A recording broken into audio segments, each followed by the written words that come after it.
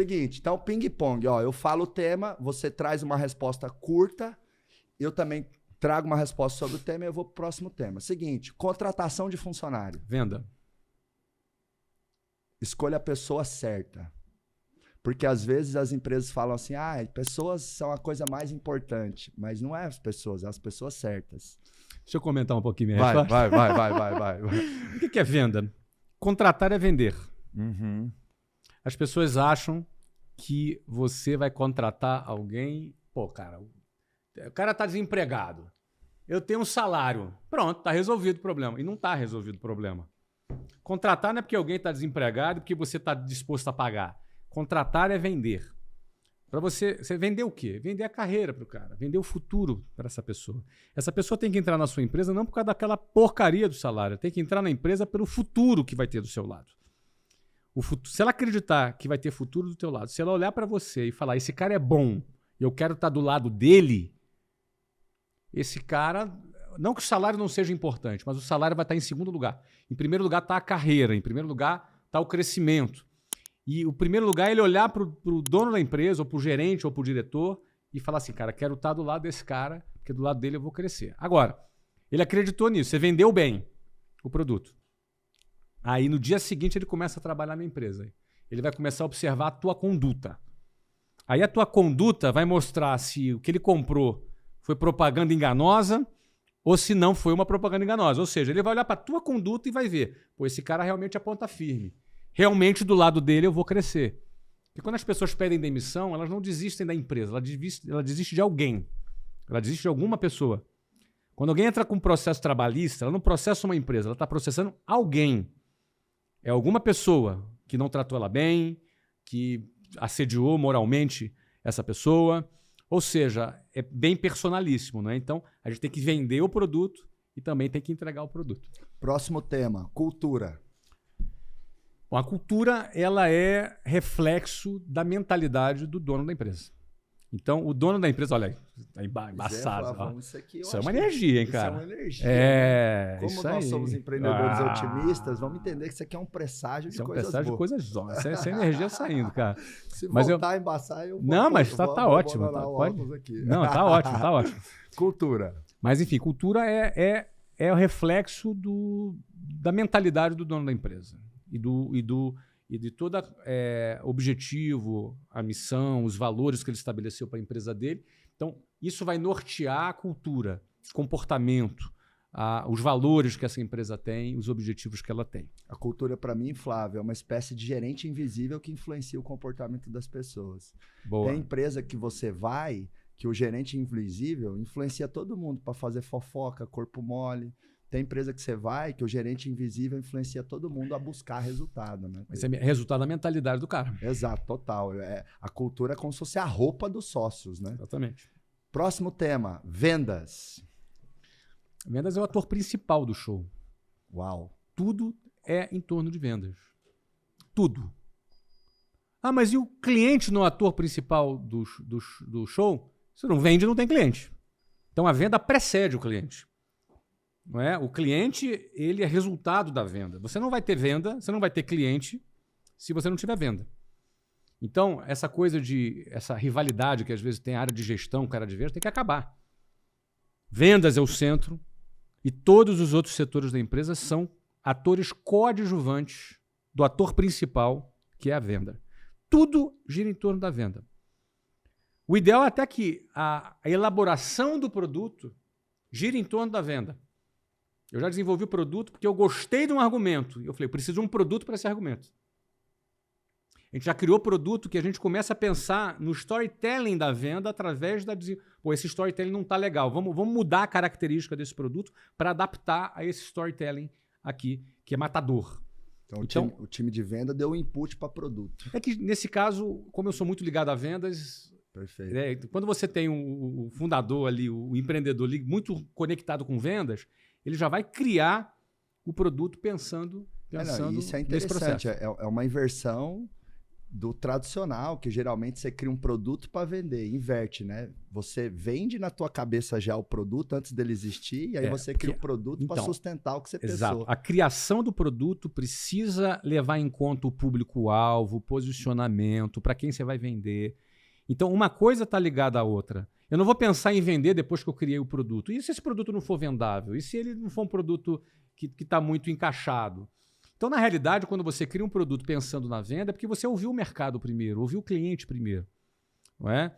Então, assim, pensar na venda é pensar no cliente. Total. A gente só precisa entender que o que precede o cliente é a venda. Se você não vende, você não tem cliente. Boa. Então, não, mas eu boto o cliente em primeiro lugar. Beleza, mas não vende. Aí isso não é botar o cliente em primeiro lugar. Fazendo uma analogia com o nosso corpo humano, vendas é como se fosse o coração ou o cérebro ou os dois juntos, né? Vamos lá, vamos ser sinceros, Flavão. Quando a empresa está vendendo bem, todos os outros problemas ficam menores, ficam né? pequenos. Isso. Tudo fica pequeno. Precisa implantar o sistema. Não, mas eu tenho o ISO 3947, nossos processos estão documentados, nosso software está implantado, mas não vende. Não adianta. Não adianta nada, está empipinada essa empresa. Eu falo, empresa que vende é empresa feliz, fica sorrindo de ponta a ponta, que nem eu aqui entrevistando o Flavão, não pode acelerar, né? Na hora que você vende bem, o resto fica pequeno. Precisa contratar, contrata. Precisa reformar, reforma. Precisa aumentar estoque para ter venda pronta entrega, você vai ter. E aí, juntando as duas perguntas, a empresa precisa ter cultura de vendas.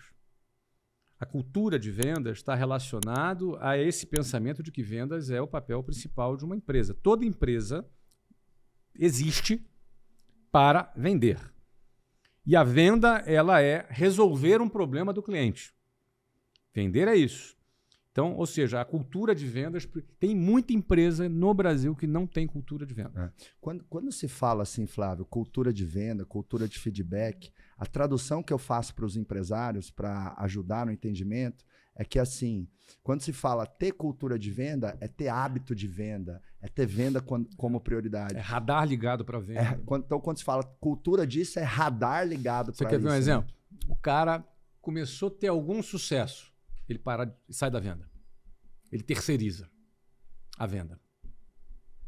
Se vendas é o centro, você acha que o empresário deveria terceirizar a venda? De maneira alguma. De maneira alguma, cara. Terceirizar o teu coração. Não, ele pode até trazer um gestor, um diretor comercial, mas tem que estar junto com ele. Ele tem que estar junto. Senão ele vai ficar refém desse cara. Esse é o ponto. Não é? Então, venda é tão crucial que se a Apple não vende, ela quebra. Se a Tesla não vende, ela quebra. Se o McDonald's não vende, ela quebra. Qualquer empresa que não vende, quebra. Verdade. Próximo tema, Flavão, produtividade. Bom, produtividade é um processo, né? Também acho que é resultado de hábito. Quando você desenvolve um conjunto de hábitos, que dentre eles são a organização, planejamento, tudo que envolve esse processo, você vai se tornar uma pessoa mais produtiva.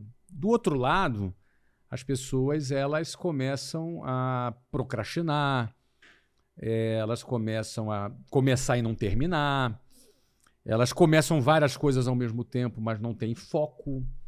Então, produtividade é fundamental para que você tenha uma empresa que cresce e gera resultado. Eu provoco, às vezes, os empresários falando assim, ó, Flavão, trabalho duro não é trabalho burro. Porque às vezes o cara tem lá uma loja, uma sorveteria, ou um posto, ou uma indústria, ou um e-commerce, não importa, e ele trabalha 14 horas por dia, mas ele trabalha da forma errada. Por exemplo, ele centraliza demais. Claro que você não vai delegando desde o primeiro dia do seu negócio. A gente começa sendo pedreiro antes de ser arquiteto ou engenheiro, né? Mas existe muita centralização, existe falta de cultura, de feedback, treinamento da equipe, porque muitas vezes o empreendedor ele cresce até um certo ponto metendo a mão na massa e ele tem a dificuldade de fazer uma certa transição, ou melhor, ele tem uma dificuldade de adicionar uma outra competência, porque para mim tem a competência do empreendedor, meter a mão na massa, sonhar, né? O seu famoso visão, coragem e competência, porque eu acho que você foi genial quando você resumiu o que é empreender com esses 3 pilares. Só que conforme o business vai crescendo, você precisa também adicionar ali a competência do gestor. Olhar para indicadores. Tá dentro da competência. Treinar. É um desdobramento ali da competência. Boa. Só que às vezes ele tem essa dificuldade. Que, poxa, eu pus esse negócio de pé, porque eu tenho um restaurante e eu ia pro fogão, e eu atendo o cliente, eu pago as contas. Mas olha que interessante. Agora eu tenho que fazer os outros fazerem. Então, mas olha que interessante. Ele meter a mão, pode parecer assim, nossa, como ele é trabalhador, ele está metendo a mão. Olha que interessante. Meter a mão é a zona de conforto dele. Ele já domina aquilo. Meter a mão para fazer, apesar de parecer assim, nossa, como ele é trabalhador, é a zona de conforto dele.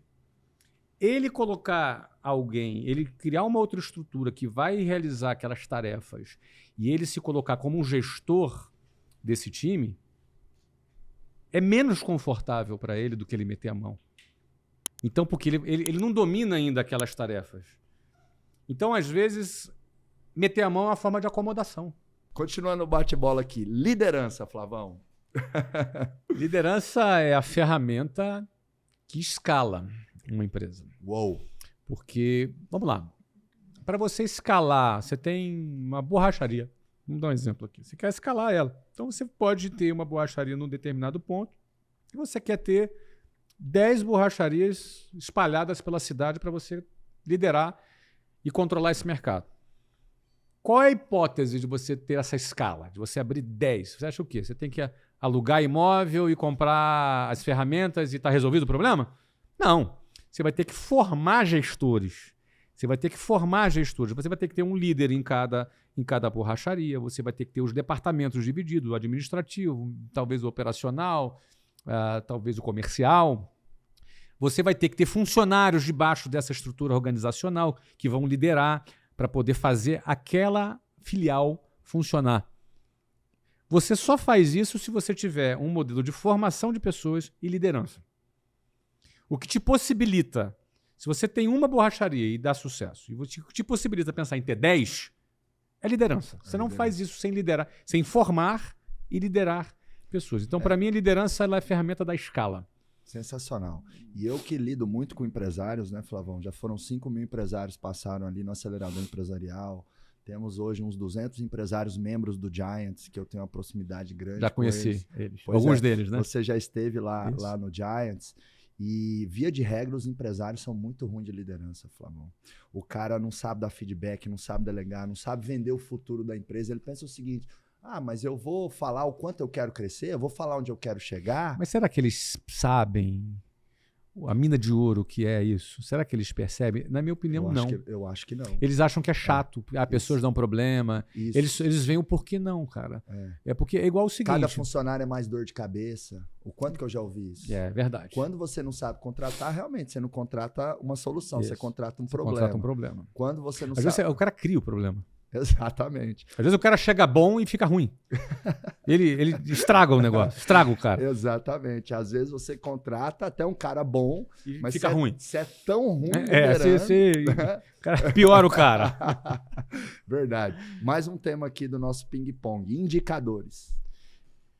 O indicador é o cockpit, é o dashboard, ele é o painel de controle. Imagina um piloto pilotando um avião, ou um comandante de um cruzeiro. O cruzeiro carrega 5 mil pessoas, parece uma cidade flutuante. Ele tem ali numa única salinha, que se chama salinha de controle, um painel que ele vê combustível, aquecimento da turbina, enfim, deve ter vários ali, aqueles reloginhos todos aqueles equipamentos dão uma visão geral da aeronave, dão uma visão geral do cruzeiro ali, daquele transatlântico. Os KPIs chamados, né, os indicadores de desempenhos, eles são esses reloginhos, né?